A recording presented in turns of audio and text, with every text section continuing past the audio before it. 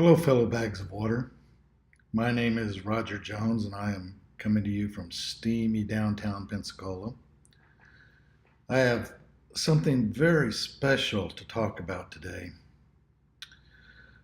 This may be the most important scientific post I do in a while. I want to talk about the second law of thermodynamics and what the law has to do with the creation of life. As we pointed out in previous posts, water is important for describing life as we know it on Earth. Space scientists are looking for life as we know it, are searching the cosmos for water. But in this post, I'd like to discuss the possibility of life in all its generality. I want to talk about life that may not be based on chemistry at all.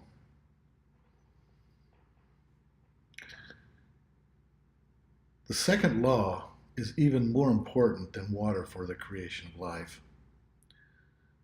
The second law, in its simplest form, could be stated matter and energy tend to spread. What is so meaningful about that simple sentence? After all, it's not surprising that the cream spreads into coffee when stirred. We think of disorder as matter and energy that are well spread. And we actually give this disorder a name, give it the name entropy. The second law states that the entropy of matter and energy increases, or at minimum, does not decrease. An implication of this law is that all matter and energy in the universe will eventually become a uniform heated soup.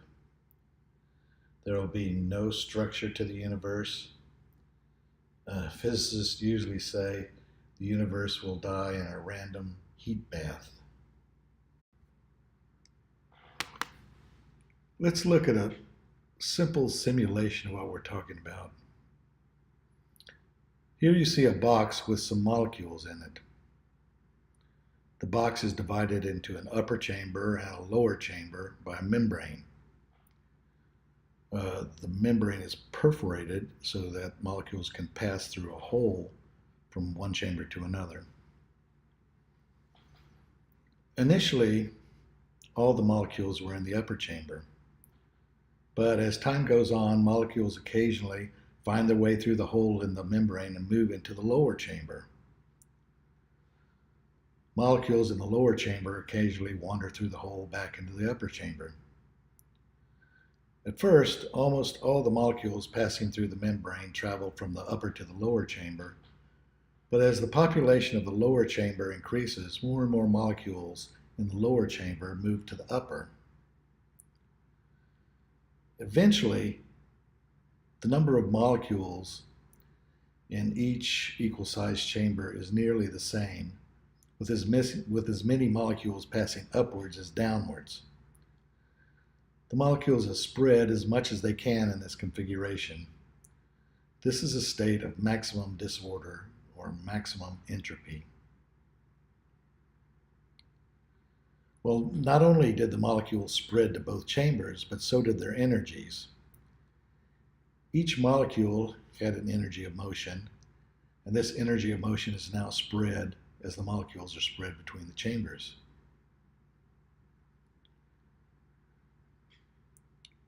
If I did not tell you that the molecules are moving around randomly and there are no forces applied to the molecules other than when they run into each other or a wall, then you might say that there appears to be a force that moves molecules from high density regions to low density regions.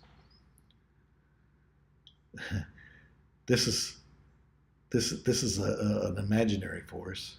It just looks like a force.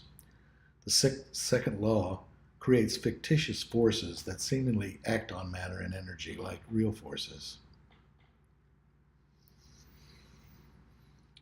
Our experience tells us that we would be very surprised to see all the molecules spontaneously move to one chamber or the other. This is yet another way of expressing the second law. We can say it as spontaneous organization is very unlikely. This observation has been used by some religions to justify the need for an exterior creator to create life. It turns out that even though the second law destroys order, the second law can also create order in local patches. Wait, hold on, you say. There are examples of matter and energy not spreading. They're quite common. For instance, except for my own midsection, I do not see my body spreading out all over the universe. My body is organized into organs and cells and other orderly collections of matter. Cities are collections of matter and energy that have congregated and segregated into organized social organs.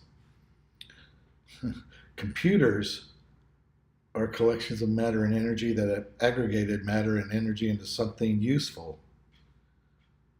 Hurricanes are concentrations of energy. So, if this is consistent with the second law, just how does the second law contribute or create this local order?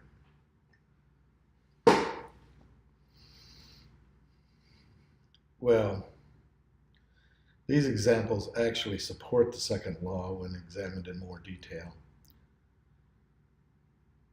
It all starts with the sun. The sun is a concentration of matter and energy. The matter and energy of the sun are constantly being radiated away.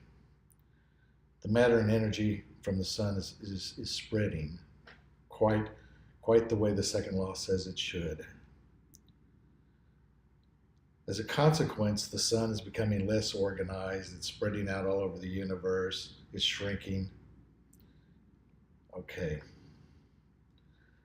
Now, the earth sits in this flow of matter and energy from the sun. This stream of sunlight and particles are whipping by the earth. The earth is bombarded by the sun, by energy from the sun.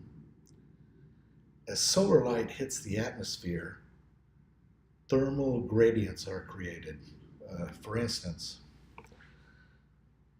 if sunlight makes it to the ground heats up, and then the ground heats up the cooler air on top of it. This creates a temperature gradient where the ground's hot and the air is a little cooler. This temperature gradient is a little bit of order where matter and energy have not yet thoroughly spread. This little piece of order can generate a hurricane if conditions are right, if it's hot enough and wind is right.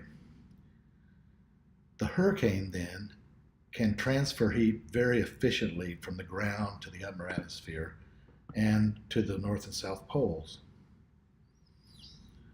Compared with the typical random motion of air molecules, hurricanes are a very ordered and organized motion of matter.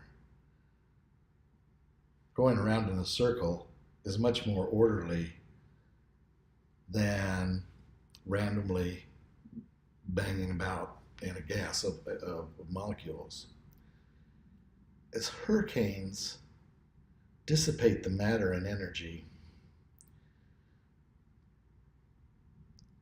this matter and energy is spread to other regions of the atmosphere and the planet. There's ultimately a net spread of matter and energy across the planet and radiated back out into space. Although locally in space and time, little bits of order were created from the flow of entropy.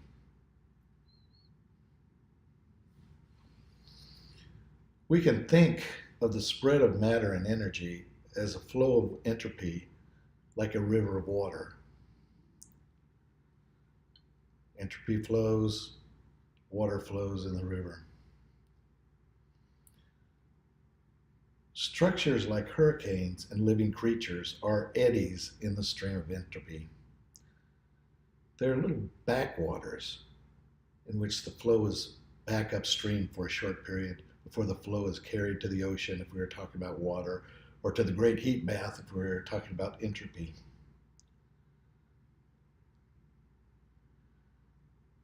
So really, the bottom line, what I want to leave you with, is complexity in space and time, which we might call life, can occur whenever matter and energy are spreading very fast.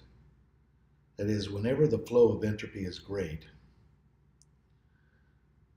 Well, this happens all over the universe, and not just on our little planet, but in supernovas, black holes, and a million other places.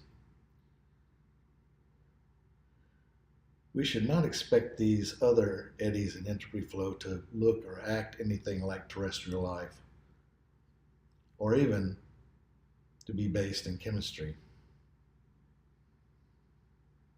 Well, I'll leave you with that thought. This is Roger Jones signing off from steamy downtown Pensacola.